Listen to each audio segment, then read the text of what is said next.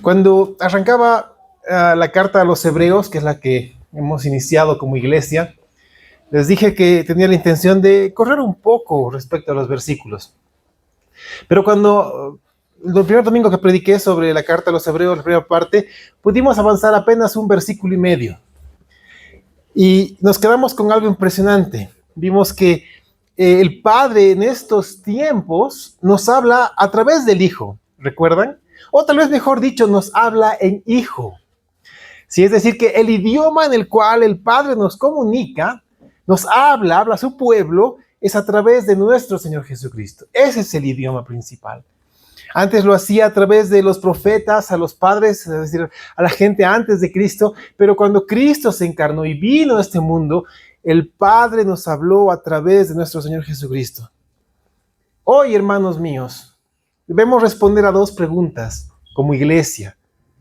Primero, una como iglesia y la segunda de manera individual. Y aquí está el reto y el propósito para este domingo. La primera pregunta es, ¿cuál es la expectativa sobre Jesús en este tiempo para las iglesias locales? Es decir, como iglesia, ¿qué expectativa estamos creando nosotros respecto a nuestro Señor Jesucristo? Y esto nos lleva a la segunda. ¿Cuál es tu expectativa personal respecto o sobre Jesús? Y vamos a ver esto primero entendiendo qué quiere decir expectativa. Tal vez de una manera muy sencilla, una expectativa es básicamente una esperanza de poder realizar algo o de poder conseguir algo. O también una posibilidad razonable de que algo suceda. Entonces, cuando hablamos de una expectativa respecto a Jesús, ¿qué esperas tú de Jesús? ¿Qué esperas que Él haga en ti? ¿Qué esperas que Él logre en ti? ¿Qué esperas obtener de Él? ¿Qué esperas conseguir con Jesucristo? Como iglesia, como persona. Hoy vamos a poder abarcar únicamente hasta el versículo 3 del capítulo 1. Así que leamos juntos. Y hemos dejado a la mitad del versículo 2. Y vamos a leer desde donde hemos dejado hasta el versículo 3. Hebreos capítulo 1, desde la mitad del versículo 2 hasta el versículo 3. Dice la palabra del Señor, hermanos míos. A quien constituyó heredero de todo, y por quien asimismo hizo el universo, el cual, siendo el resplandor de su gloria, a la imagen misma de su sustancia, y quien sustenta todas las cosas con la palabra de su poder, habiendo efectuado la purificación de nuestros pecados por medio de sí mismo, se sentó a la diestra de la majestad en las alturas. No pude seguir más adelante de estos versículos porque solamente en este versículo y medio encontramos 7 verdades impresionantes de nuestro Señor Jesucristo. 7 verdades que quiero compartir con ustedes, 7 verdades que van a apuntalar nuestra manera de vivir, 7 verdades que nos muestran qué y quién es Cristo para nosotros. Y deseo que las sigan junto conmigo, pero antes de eso, debemos poner algo en el tapete. Debemos entender cuál es la expectativa equivocada y cuál es la expectativa en fe. ¿Y por qué les comento esto? Porque después de haber adentrado en la palabra, preparado la prédica de esta mañana, pasé un tiempo viendo justamente cuál es la expectativa de las iglesias respecto a Cristo. Y comencé a ver qué es lo que enseñaban o se enseñaba en otra iglesia. En otras iglesias, en diferentes iglesias en realidad. Y me quedé con muchos sentimientos encontrados al respecto. Porque si bien hay hermosas iglesias donde hablan de la expectativa, pero desde otra óptica, ellos enseñan, y me parece algo hermoso, cuál es la expectativa de Cristo hacia ti. Y también es algo que debemos tomar en cuenta. Porque el Señor Jesucristo nos dio salvación. Nos capacitó con su espíritu, nos dio su palabra y nos dio todo cuanto necesitamos para vivir conforme a su voluntad. Y Él nos dice, ok, ahora, ¿cómo vas a vivir? ¿Vas a escoger lo bueno o vas a escoger lo malo? Es también una expectativa del Señor hacia nosotros. Y después encontré otras enseñanzas, donde había muchas iglesias que decían que, literalmente decían lo siguiente: hermanos, la alabanza no es tan importante. La prédica no es importante. Lo importante es que creemos expectativa en la gente que va a llegar a la iglesia. Porque esa expectativa que podamos sembrar en ellas va a hacer que puedan recibir su milagro. Ok, no tengo problema alguno, porque el Señor continúa haciendo milagros hoy en día. Pero ese no es el camino, hermanos. Eso es manipulación. Y el Señor no quiere que vivamos de esa manera. Creo que la mejor manera de ilustrar una expectativa correcta frente a una expectativa inadecuada es mediante la visión que tenía el pueblo judío respecto al Mesías. Porque en los tiempos de Jesús hubo una circunstancia muy particular. No solamente llegó Jesús, sino que fue el tiempo indicado bajo el dominio del Imperio Romano. Por eso Jesús murió en una cruz, porque estaban bajo el dominio romano. Y la situación política, económica, religiosa del pueblo de Israel hizo que ellos tuvieran una visión, una expectativa del Mesías. Porque el pueblo judío esperaba al Mesías, y lo esperaba. Pero ellos no esperaban a cualquier Mesías, ellos esperaban un Mesías que fuera una figura política prominente, que fuera una figura militar poderosa, y que cumpliera el sacerdocio y la parte real de la descendencia de David. Porque este Mesías, según la expectativa que el pueblo judío tenía, debía cumplir la misión de liberar al pueblo judío de la opresión romana. Y no solamente liberarlo, sino establecer un reino en la tierra de Israel. Un reino que gobierne sobre las demás naciones. Esa era su expectativa. Y esa expectativa también lo tenían los apóstoles. Por eso incluso después de que Jesús resucita, y poco antes de que Jesús ascienda, le preguntan: ¿restablecerás el reino en este tiempo? Y Jesús les dice: no es de ustedes saber los tiempos. Y Jesús asciende. Y se quedan mirando al cielo los apóstoles. Ahí tienen una conversación con los ángeles. Es decir, los apóstoles aún continuaban esperando y le preguntaron a Jesús: ahora que has resucitado, ¿vas a ser ese Mesías que esperábamos, que venga a liberar al pueblo y que establezca ese reino aquí? Miren, en resumen, la expectativa judía esperaba un Mesías lleno de gloria, lleno de poder que transforme la realidad terrenal y la política de su pueblo. Eso es lo que ellos querían. Pero lo que ellos no podían entender, es más, no podían conciliar con las escrituras, era la expectativa que Isaías había puesto sobre un Mesías que iba a sufrir. Porque ellos leían la parte final de Isaías capítulo 52 y leían Isaías capítulo 53 y hablaba de un Mesías que sufría, que padecía y que Dios lo quebrantaba porque cargaba sobre él el pecado del mundo, y el pueblo no entendía eso. Porque ellos querían ese Mesías poderoso que los libre de yugo que tenían del pueblo romano. Entonces no podían comprender esto. Ahora quiero que contrastes esta visión de un pueblo judío que esperaba a alguien poderoso que los libre con mano firme, con ejército, a una visión distinta, en el mismo momento, con un mismo pueblo, una misma persona, igual del pueblo judío. Una expectativa completamente distinta del Mesías. Vamos a Lucas capítulo 2, versículos 22 en adelante. Vamos a leer Lucas 2, 22 al 32. Y quiero que con lo que te he comentado de la expectativa que había del pueblo judío respecto al Mesías, escuches las palabras de este hombre respecto al mismo Mesías que él también esperaba. Estamos hablando del tiempo en el cual Jesús nació. Habían pasado los días específicos que se requería para la purificación, y de acuerdo a la ley debían ir y presentar a Jesucristo en el templo, porque fue el primogénito de José y de María. Entonces debían presentarlo. Ahora dice la palabra de Dios en Lucas 2, 22 al 32, y cuando se cumplieron los días de la purificación de ellos, conforme a la ley de Moisés, le trajeron a Jerusalén para presentarle al Señor. Como está escrito en la ley del Señor, todo varón que abriere la matriz será llamado santo al Señor. Ahora, versículo 24. Y para ofrecer conforme a lo que se dice en la ley del Señor, un par de tórtolas o 2 palominos. Y aquí había en Jerusalén un hombre llamado Simeón. Y este hombre, justo y piadoso, esperaba la consolación de Israel. Y el Espíritu Santo estaba sobre él. Y le había sido revelado por el Espíritu Santo que no vería la muerte antes que viese al ungido del Señor. Esta palabra ungido está traducida a la palabra Mesías. Si él estaba esperando al Mesías. Versículo 27, y movido por el Espíritu vino al templo.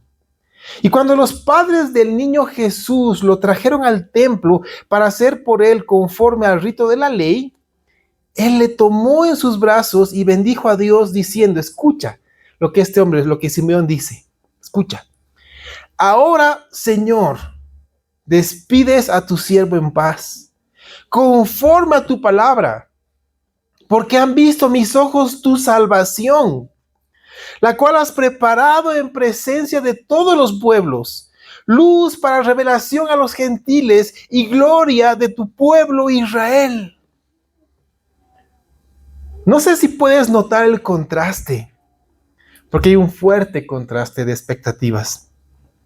La expectativa equivocada y circunstancial, una expectativa llena de egoísmo, centrada en uno mismo, comparada con una expectativa en fe, revelada por el Espíritu Santo. El contraste es muy fuerte, porque los primeros, es decir, el pueblo de Israel, pueblo judío, querían mejorar sustancialmente su estado, su condición. Ellos querían ser vistos como el pueblo que reinaba sobre los demás, no un pueblo que estaba sojuzgado por otro imperio. En cambio, este hombre, movido por el Espíritu, entendió que ese frágil y dependiente bebé de pocos días era el Salvador del mundo entero. Era la gloria del Padre. ¿Te das cuenta ese contraste? Un pueblo que esperaba a un rey militar, político, poderoso, con ejército que los libre, y a un bebé frágil y dependiente, tomado en los brazos de un hombre. Y él vio que ahí estaba la salvación del mundo y la gloria del Padre. ¡Wow! Ese contraste es impresionante. ¿Tú crees que hoy en día esto ha cambiado? ¿Tú crees que en estos tiempos la cosa es diferente? Bueno, debo decirte con mucha tristeza que no ha cambiado. Tal vez circunstancias sí, pero la óptica continúa siendo la misma. ¿Por qué? Y ahora vamos a responder a la primera pregunta respecto a la iglesia, respecto a la cual es la expectativa sobre Jesús en este tiempo para la iglesia local. Quiero describirte que existen 2 posiciones y visiones sobre lo que es y qué hace una iglesia local. ¿Ok? Por un lado, tenemos aquellas que hacen énfasis en las personas. Énfasis en lo que la gente ve. Énfasis en lo que la gente siente. Énfasis en lo que la gente espera, pero de ese momento.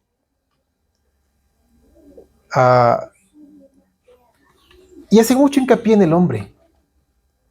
Es por eso que tú vas a encontrar que este énfasis en las personas hace que se busque a las personas. Lo dije el domingo que arrancamos con Hebreos. Es muy sencillo poner sobre las demás personas a gente con títulos y cargos que no son los correctos. Porque uno comienza a ver a alguien por encima de los demás y piensa que esa persona es la que tiene la revelación, esa persona es la que tiene la palabra, esa persona es la que tiene lo último. Y dejamos de buscar por nuestra cuenta lo que el Señor tiene para nosotros. Y esto es fuerte, porque centran la atención de las personas en el hombre, en las circunstancias, en lo que ven. Y por otro lado, gracias a la misericordia de Dios, tenemos también iglesias locales que, si bien tal vez cuentan con recursos limitados, no sé, predican a Jesucristo, centran la atención en Cristo Jesús y predican a Jesucristo mediante las Escrituras y lo hacen guiados por el Espíritu Santo.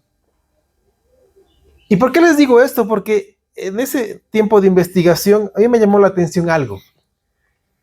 Un predicador decía: no sé si alguna vez han ido, yo sí he ido, tristemente he ido a una iglesia donde me aburrí mucho. Sí, la alabanza estaba bonita, pero de repente comenzaron a leer versículos y hablar sobre lo que ese versículo decía, y fue muy aburrido. Y yo no podía creer lo que estaba escuchando. Porque este hombre dijo: no había unción, no había poder, no había milagros, no había sanidades, no había cosas así, y solamente hablaban de la Biblia. Y yo no podía creer lo que estaba escuchando.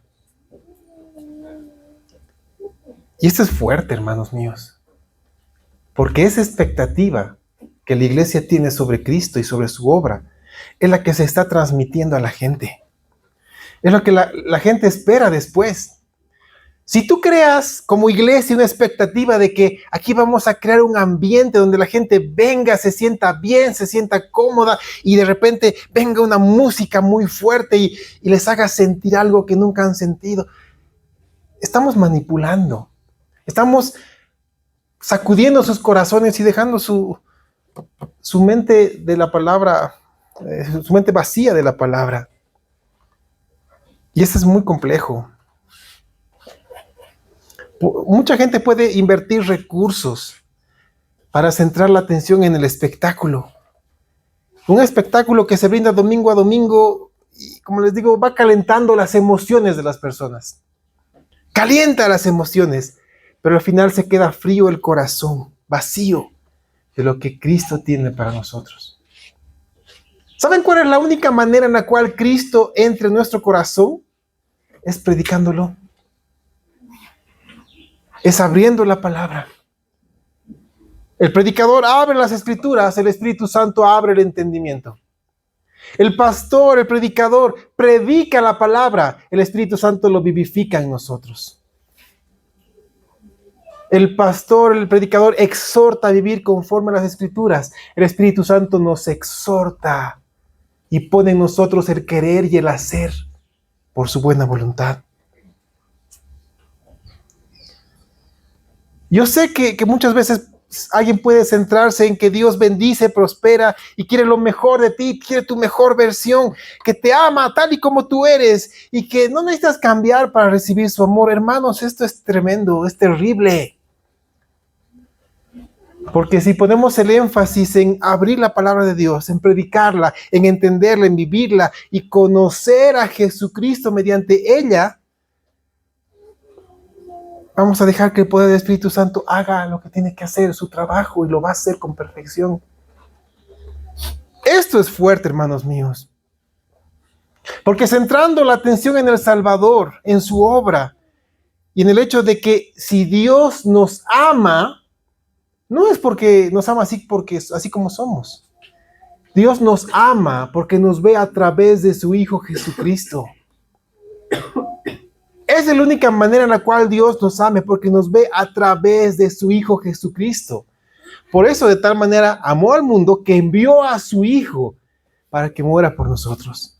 Y que todo aquel que lo acepta como su Señor y Salvador y lo tiene en su vida, en su corazón, pues estamos cubiertos por la sangre de Cristo, lavados por la sangre de Cristo. Entonces el Padre nos mira a través de Cristo. Por eso tenemos libre acceso al trono de la gracia.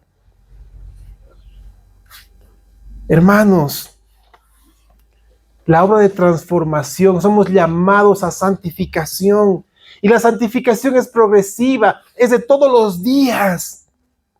¿Por qué? Porque la buena obra que Dios ha iniciado en ti, salvo por gracia, el Señor la va a cumplir, la va a perfeccionar hasta que lleguemos a la medida de nuestro Señor Jesucristo. Yo creo que repetidamente hemos escuchado decir, yo lo he escuchado, y de personas que han pasado incluso por esta misma congregación. Frases como, ¿sabes qué, pastor? Aquí no hay el fuego del Espíritu Santo. Aquí no hay el fuego del Espíritu Santo porque yo no he visto sanidades, yo no he visto liberaciones, yo no he visto milagros. La alabanza y la adoración no es poderosa. No se profetiza sobre los miembros. ¿Saben? Yo me rasco la cabeza y pienso, ¿acaso la palabra de Dios predicada con denuedo no es poder de Dios? Porque eso dice la palabra, ¿no? No me avergüenzo del evangelio. ¿Por qué? Porque es poder de Dios. Es fuego del Espíritu Santo. La palabra de Dios fue inspirada por el Espíritu Santo. Yo me rasco la cabeza y pienso, ¿acaso la palabra de Dios no sana? Díganme, hermanos, ¿acaso la palabra de Dios no sana? ¿Acaso la palabra de Dios no liberta? ¿Acaso la palabra de Dios no obra con poder milagroso en la vida de quienes le escuchan, creen y viven? Hermanos, los milagros que el Señor obra en medio de su pueblo, los verdaderos milagros que el Señor obra, son primero en nuestro corazón. El ver a personas que antes aborrecían a Dios y vivían completamente distantes de la luz admirable, vivían en tinieblas, sumergidos en su pecado, ser transformados por completos y ahora viven en la luz admirable de nuestro Señor y Salvador Jesucristo. Ahora su vida muestra que el Señor lo ha rescatado, le ha dado propósito, le dio una nueva vida. Ese es un milagro perfecto, glorioso y eterno. Ese es un milagro eterno, porque ese milagro va a perdurar por la eternidad y estará en el reino de los cielos. Hermanos, existen sanidades físicas. Claro que sí, el Señor es poderoso, puede obrar de esa manera. Pero esa sanidad es temporal. Porque este cuerpo igual se va a desgastar, igual va a morir. Pero la sanidad eterna es la que dura y perdura. ¿Te das cuenta que según la expectativa de la iglesia local sobre Jesucristo, según la expectativa de la iglesia local sobre la obra del Señor, tu expectativa personal va a ser moldeada? Por eso les dije que entender el peso que esto pone en los hombros del liderazgo es muy fuerte. Porque podemos tomar dos caminos. El camino ancho, sencillo, de comenzar a mover las emociones de las personas. O el camino angosto y difícil de predicar la palabra versículo a versículo y dejar todo en las manos del Señor. ¿Saben por qué cuesta tanto esto? Porque demanda esfuerzo, porque demanda dedicación, porque demanda no solamente del predicador, sino también del pueblo entregarse y rendirse a los pies de Cristo. Es muy sencillo emocionarte los domingos cuando vas a una iglesia y escuchas una poderosa alabanza y adoración, un mensaje motivacional tremendo, con una puesta en escena maravillosa. Y te dicen, Dios te ama y Él quiere lo mejor de ti. Y pasar el resto de la semana como cualquier persona que no conoce al Señor. Es muy fácil. Pero comenzar el lunes orando, abriendo las escrituras, buscando más de Cristo, viviendo en comunidad, avanzar el martes, el miércoles, el jueves, el viernes, el sábado y tener una comunión continua con Cristo Jesús, con su palabra, en oración, día a día, entendiendo el propósito del Señor para cada cosa que te sucede del día a día. Y ver la mano del Señor guiándote en cada paso que das, en cada decisión, en cada acción, en cada cosa, sea buena o mala para tu vida. Y tener clara la presencia de Cristo ahí en tu vida. Y coronar tu semana en comunión con la iglesia para compartir la palabra, recibir aliento, ser edificado. Eso demanda esfuerzo, demanda dedicación. Y eso trae resultado. Es un camino largo, sí, pero es un camino que lleva al cielo. Es un camino que lleva a la gloria del Señor. Si alguien está buscando el camino ancho, sencillo, lo más probable es que lo encuentre. Que encuentre lo que está buscando. Pero también lo va a alejar de ser encontrado por quien lo está buscando. Ahora, no porque esté lejos de la mirada y del poder de Dios, sino porque su corazón ha sido endurado y ha sido cerrado por falsas expectativas. Pero hermanos, si la expectativa de la iglesia es conocer al Salvador y Señor Jesucristo a través de su palabra y ser transformados por Él cada día de nuestra vida, hermanos míos, esto nos va a llevar a conocer más y más al Señor.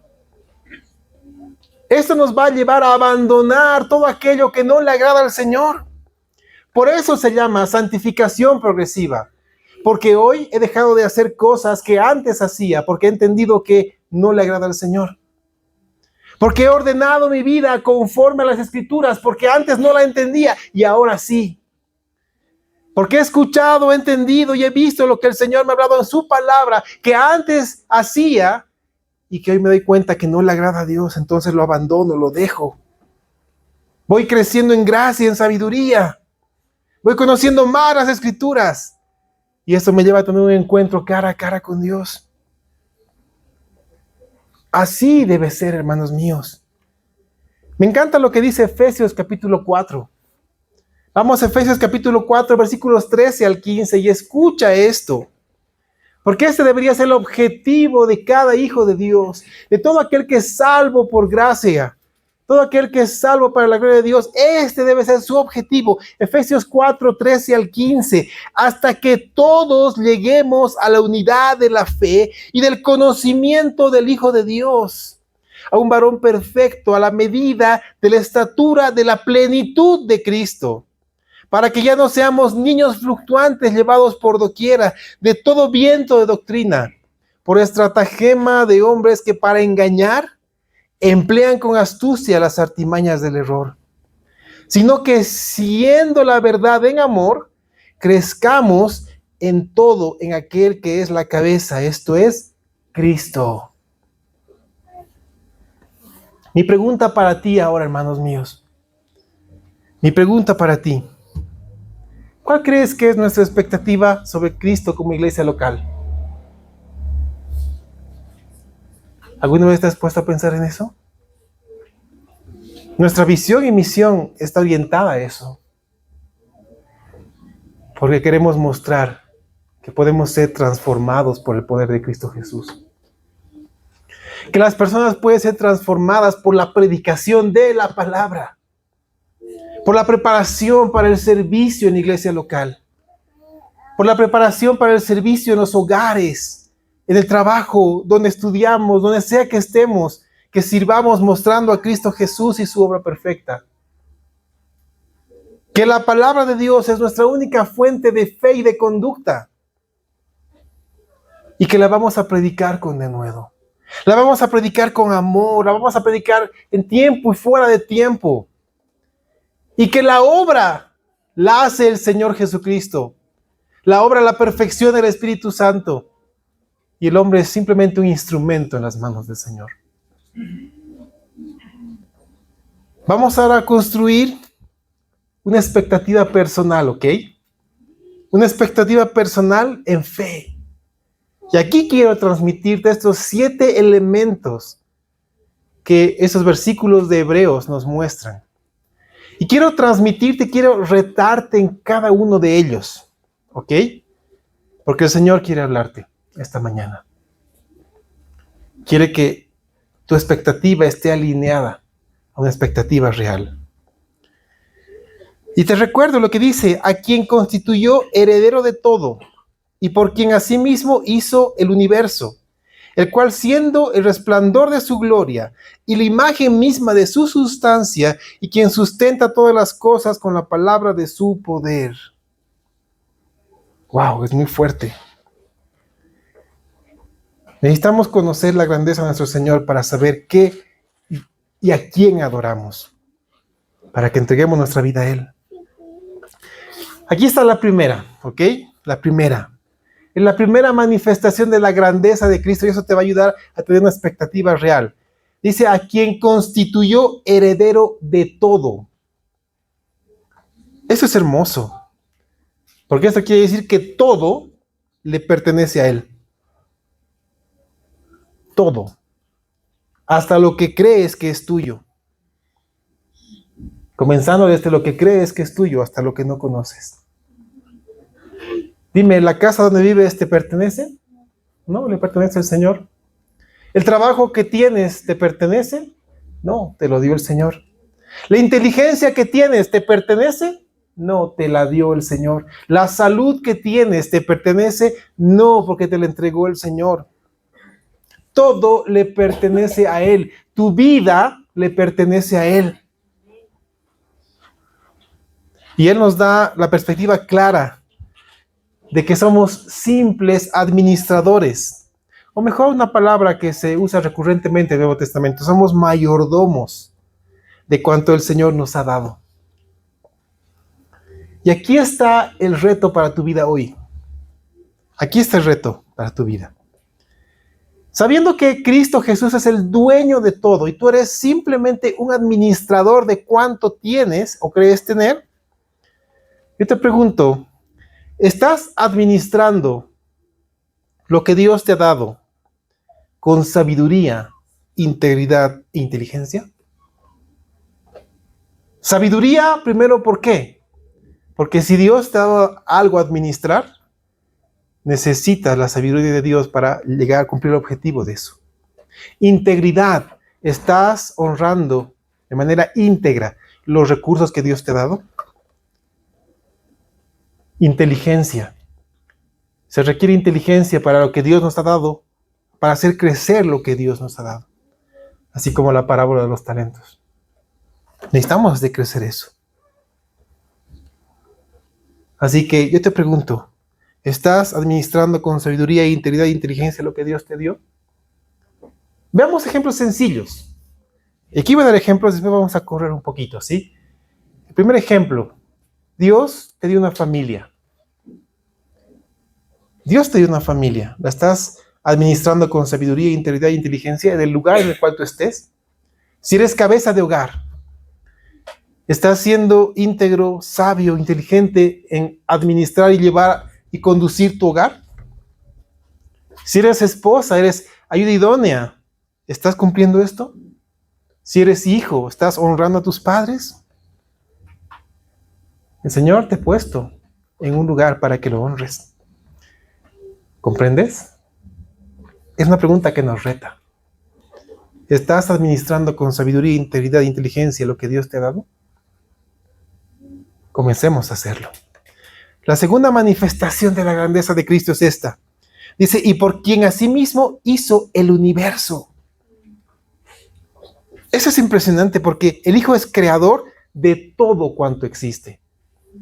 No solamente de este mundo, de todo el universo y de toda la creación. Juan capítulo 1, versículo 3 nos dice, todas las cosas por Él fueron hechas. Y sin Él, nada de lo que ha sido hecho fue hecho. Es decir, Él lo es todo. Él es el creador de todo. Entonces, así como nuestra vida le pertenece a Cristo, ahora también entendemos que le pertenece por derecho de creación. Así como Él te ha creado, Él también es tu dueño. Ahora aquí viene otro reto para ti. Escucha este reto. ¿Estás viviendo de tal manera que reflejas un crecimiento del conocimiento de tu Señor? ¿Recuerdas lo que dije sobre la santificación progresiva? Es decir, alguien que te ve o te ha visto hace 2 años atrás y de repente se reencuentran. Él podría decir, oye, yo puedo ver que has crecido en el Señor. Porque el hombre o la mujer que conocí hace 2 años era una persona que estaba muy alejado del camino del Señor. Pero hoy puedo ver a Cristo en tu vida. Eso debería ser lo que nos impulse a vivir así. Hermanos, ¿estamos viviendo así? ¿Estás viviendo de tal manera que reflejas el crecimiento del conocimiento de tu Señor Jesucristo?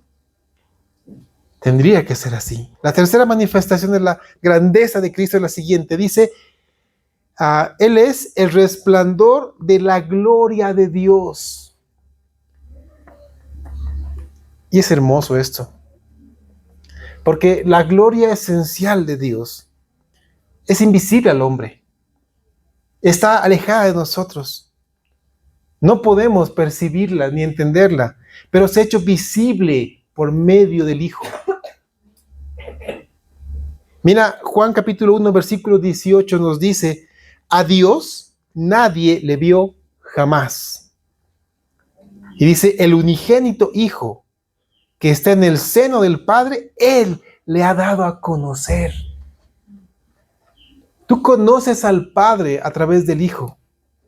Por eso Jesús dice, quien me ha visto a mí, ha visto al Padre. Entonces necesitamos conocer a Jesucristo. Ahora, yo quiero preguntarte algo y aquí está el tercer reto. Responde, pero no de manera acelerada, no de manera precipitada, sino hazlo mediante una respuesta que tenga el peso correcto. La pregunta es sencilla. ¿Conoces realmente a Jesús? ¿Conoces realmente a Jesús? Y es una pregunta que tiene un peso muy fuerte. Porque no solamente es un nombre, no solamente es una historia, no solamente es algo que lo entendemos intelectualmente. Conocer a Jesús es el centro de nuestra vida. ¿Conoces realmente a Jesús? Necesitamos hacerlo. Escucha la cuarta manifestación de la grandeza de Cristo. Dice que es la imagen misma de su sustancia. Ahora, me gusta mucho cómo está traducida la palabra y se lo dice la imagen. Pero yo quiero darte una traducción literal mucho más certera. Dice, es la marca misma de su sustancia. Y cuando yo leía esto, vino a mi mente muchos ejemplos. ¿Sabes? Cuando tú ves una marca, es fácil reconocer algo. Porque por eso las grandes empresas se esfuerzan tanto en que una pequeña marca sea la identidad de todo cuanto hacen. Tú ves un check y sabes que es una empresa importante, ¿no? Deportiva, de artículos deportivos, ¿no? Hay muchas empresas de ropa, por ejemplo, que tiene un cocodrilo. Uno sabe de qué es, ¿no? Un pumita, cosas así. Entonces tú solamente ves eso y dices, es de esta marca. Esta marca es buena. ¿Te das cuenta? Cristo Jesús es la marca misma de la sustancia de Dios. Eso quiere decir que Cristo muestra lo que realmente hay debajo de lo que no conocemos y vemos. Por eso el Hijo es la marca de lo que realmente es el Padre. Y así como Cristo es la marca de lo que es el Padre, nosotros deberíamos ser la marca de lo que Cristo es en nuestra vida. Que cuando alguien te vea, identifique rápidamente, Él es un hijo de Dios. Tú, hermano mío, ¿tienes la marca distintiva de ser un hijo de Dios? Es un reto muy fuerte. Te lo pongo de otra perspectiva. ¿Reflejas la vida de Cristo en tu día a día? Es decir, cada día, cada circunstancia, cada evento, cada momento de tu vida refleja de que tu actuar es el de un hijo de Dios. Pensemos en esto. La quinta manifestación de la grandeza de Cristo es esta, que sustenta todas las cosas con la palabra de su poder. Cuando pensamos en sustentar, pensamos en que solamente mantiene algo. Pero la palabra que el texto utiliza, que el autor de la carta de los Hebreos utiliza, es muy fuerte. Porque no solamente sustenta, sino que conduce, que lleva, que acompaña, que gobierna todas las cosas creadas por Él. Y esto es hermoso. Porque aquí está la pregunta. ¿El Señor Jesucristo gobierna tu vida en todas tus decisiones, en todas las áreas y en todo sentido? Dime, ¿el Señor Jesucristo gobierna tu vida? ¿O hay áreas en las cuales tú decides? ¿Sabes qué, Señor? Yo sé que tú me quieres dar un trabajo, pero este trabajo, por favor, este. Yo quiero este trabajo. O tal vez, Señor, yo estoy enamorado de esta mujer, tú me quieres dar a esta mujer, pero aquí está esta mujer, esta. ¿El Señor gobierna tu vida, tus decisiones, tus acciones? ¿Qué voluntad es la que perdura, la tuya o la del Señor? Y quiero darte la clave de una correcta perspectiva en fe. Los últimos dos elementos.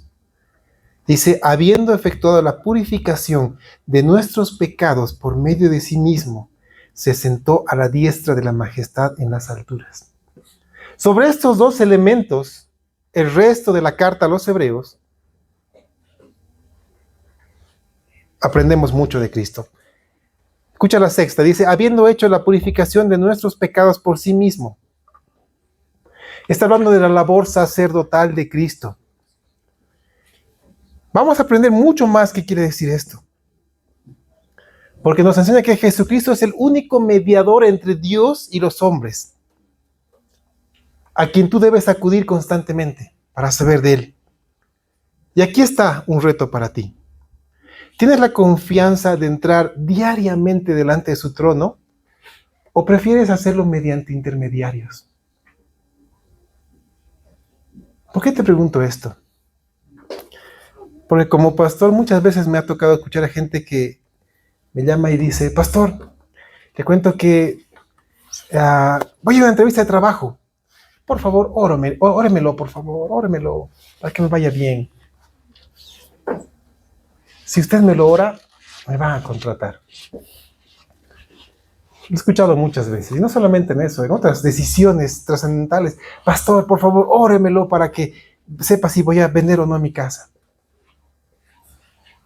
¿Saben? Como pastor, mi labor es orar por ti, apoyarte en oración. Pero tú necesitas pedirle al Señor sabiduría, inteligencia para tus decisiones. ¿Sabes cuál es el problema? Que si yo te lo oro y no te dan el trabajo, ¿de quién va a ser la culpa? Ay, pastor, me lo has orado sin fe. ¿Qué te costaba un poquito más de fe, pastor? ¿Te das cuenta?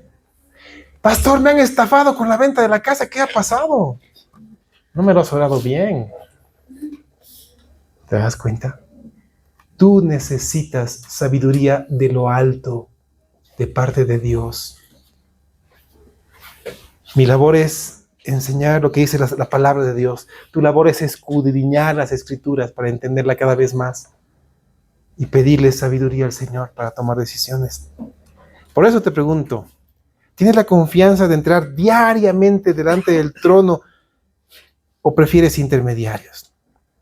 El Señor te dé la bendición de entrar todos los días en su presencia, de conocerlo mediante su palabra, hablar con Él mediante la oración. Y aquí está la última, la séptima. Dice, después de la redención, es decir, cuando ya Cristo murió y resucitó, se sentó a la diestra de la majestad en las alturas. ¿Sabes qué significa esto? Que Jesucristo reina. Eso significa. Jesucristo reina. Porque la derecha es figura del lugar de honor y de poder. Por eso se sentó a la diestra del Padre, el Señor Jesucristo. Escucha lo que dice Filipenses capítulo 2, versículo 6 en adelante.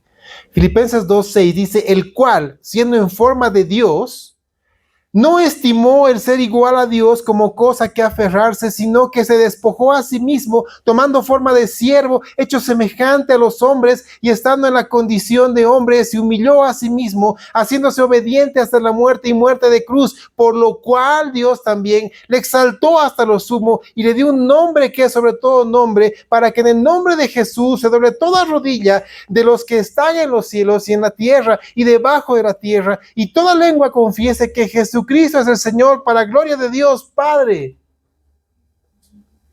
Toda rodilla se doblará ante Jesucristo. Toda lengua confesará que Jesucristo es el Señor. Llegará ese momento, hermanos míos. Y aquí está el reto para ti. ¿Es Jesucristo quien reina y gobierna tu vida? ¿Es Jesucristo quien reina y gobierna tu vida? ¿O aún eres tú quien gobierna tu vida? Tus decisiones. Creo que la conclusión es sencilla.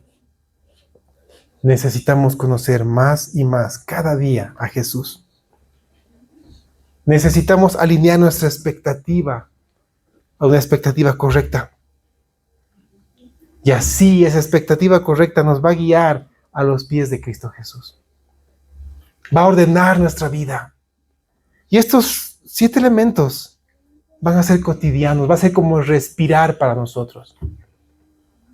Pero piensa en cada uno de ellos. Hoy el Señor nos permite compartir como un solo pueblo la Santa Cena. Y cada vez que compartimos la Santa Cena, proclamamos que el Señor reina. Proclamamos que Él murió por nosotros, que Él resucitó y que esperamos su venida en gloria y en poder por su pueblo, por nosotros. Y esto es hermoso porque nos da la bendición de renovar un día más nuestra comunión con Él. Renovar un día más nuestra comunión entre hermanos. Así que yo quiero pedirte que te pongas de pie y podamos orar. Podamos orar y ponernos a cuentas con nuestro prójimo y ponernos a cuentas con Dios. Porque necesitamos compartir la Santa Cena en paz y en amor. Así que mientras reparten el pan y el vino, oremos. Y escuchemos esta hermosa alabanza. Oremos, amado Padre, henos aquí, Señor. Queremos entregarte nuestro corazón por completo. Queremos pedirte que lo santifiques, que lo purifiques y que pongas en nosotros la expectativa correcta, Señor. Desecha toda aquella que le hemos puesto humanamente. Y también te pedimos que hagas lo mismo con nuestra iglesia, con esta iglesia local, con la congregación en la cual tú nos has plantado.